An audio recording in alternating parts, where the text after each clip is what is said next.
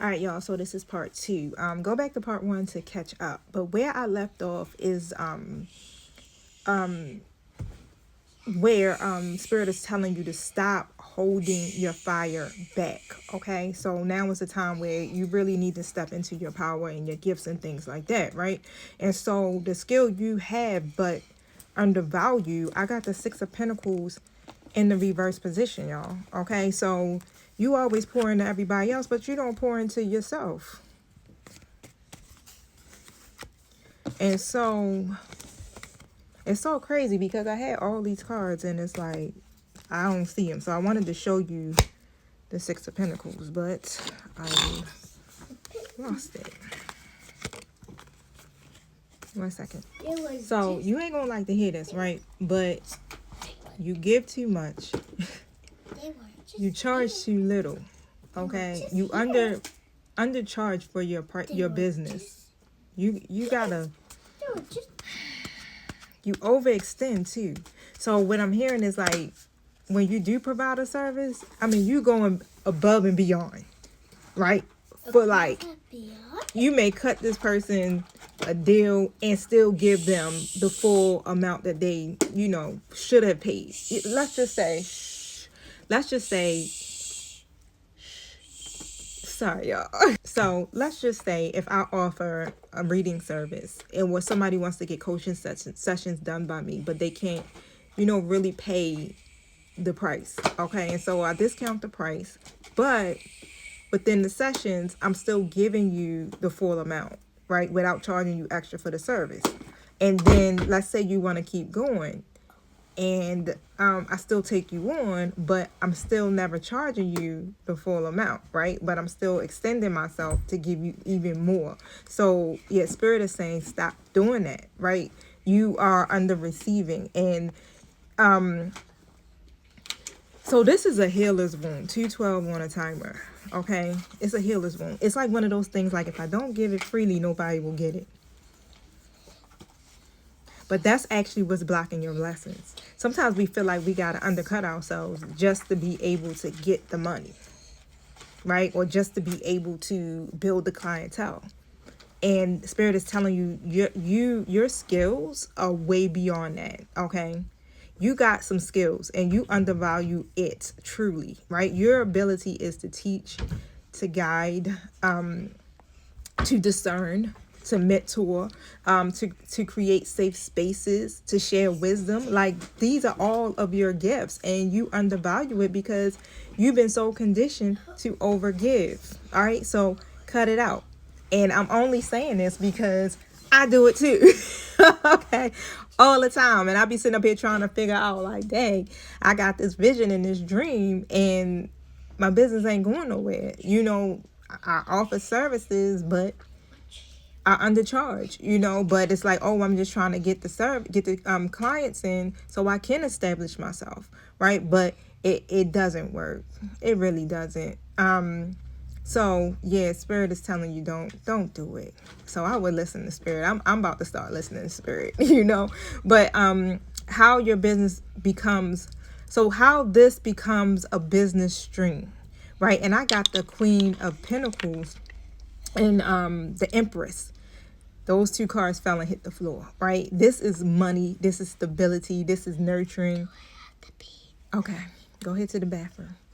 And divine feminine energy at its finest, okay? At its finest. This is literally your birthright. Like you were meant to walk in this type of energy. You were meant to build something sustainable, right? Abundant, okay? Like you ain't meant to play it small. So when it comes down to business, like what I'm hearing is somebody may have, like this always been your dream, like to be an entrepreneur, right? To run a business. I mean, and something major, like something that would help masses of people. It's not just a service oriented business, but it's more one of those things like you want to help people evolve, mentally, spiritually, physically, wanting to offer some type of like wellness centers and clinics. Like these are the type of things that I'm hearing. 444 on a timer. And so this is your spiritual calling, okay? So this becomes a business through combining your spiritual gifts, right? Your nurturing energy and your intuitive teaching. So in your creativity, because you're extremely creative is what I'm picking up. Okay, so this is coaching, mentoring, readings, courses, selling products, content creating, doing energy or healing work. Okay, anything that blends intuition with practicality. All right, and it's so crazy because back in the day when I started reading, I kept trying to understand, well, what the heck that mean, practicality? And it just like came to me. You understand? So, hey, is blending all of that stuff, okay, into your practice. And so the clients you are meant to serve with the Page of Cups reverse, the Four of Cups reverse, and the Ten of Cups reverse, okay, is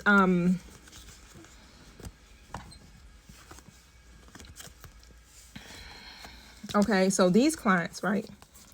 And I'm noticing, with the reverse energy, these clients are spiritually sensitive.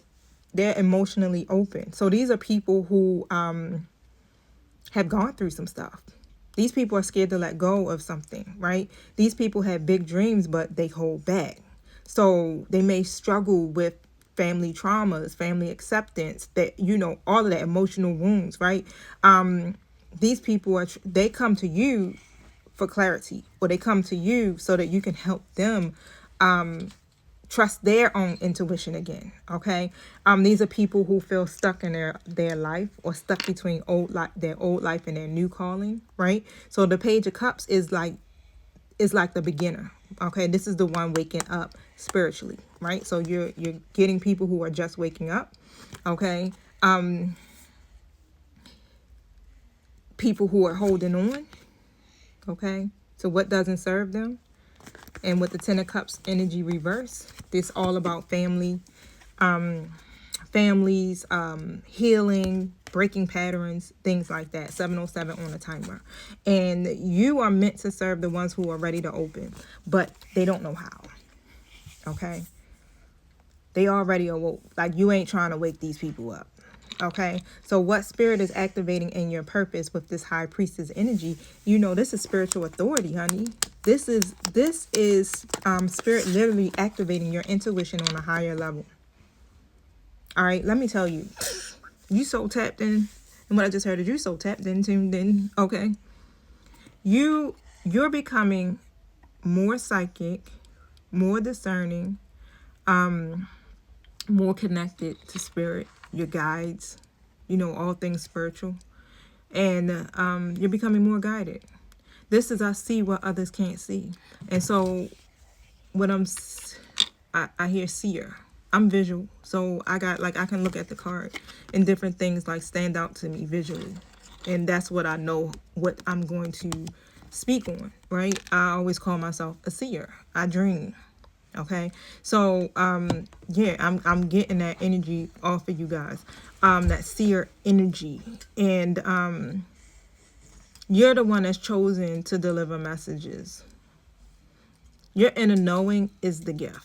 Okay, and the financial timeline, this money shift comes in with the Knight of Wands coming out in the reverse. I see you got all these scissors, and he got all these green scissors, and it made me think about abundance, right? Green, which we always say represents what? Money. But I'm still seeing it as abundance. Okay, so you've been tired. That Nine of Wands energy reverse is just like, I'm beat up. I done my part. Like, I'm tired. Okay, you burnt out. Okay, and so what I'm seeing here is like you getting a major breakthrough, because this is the moment, this exhaustion, this is the moment when the breakthrough comes in. And so the Hierophant represents the structure, the commitment. Here we go, right? Doing things that's not so traditional. Okay, so once you stop doing everything alone and build a system, the money starts to stabilize. All right, so the Hierophant also represents that commitment and spiritual mastery.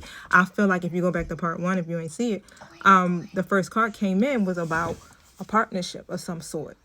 Okay, coming through. Could be a twin flame energy, but however, this is somebody that is supposed to be in your life. Okay, so with that being said, stay tuned for part 3.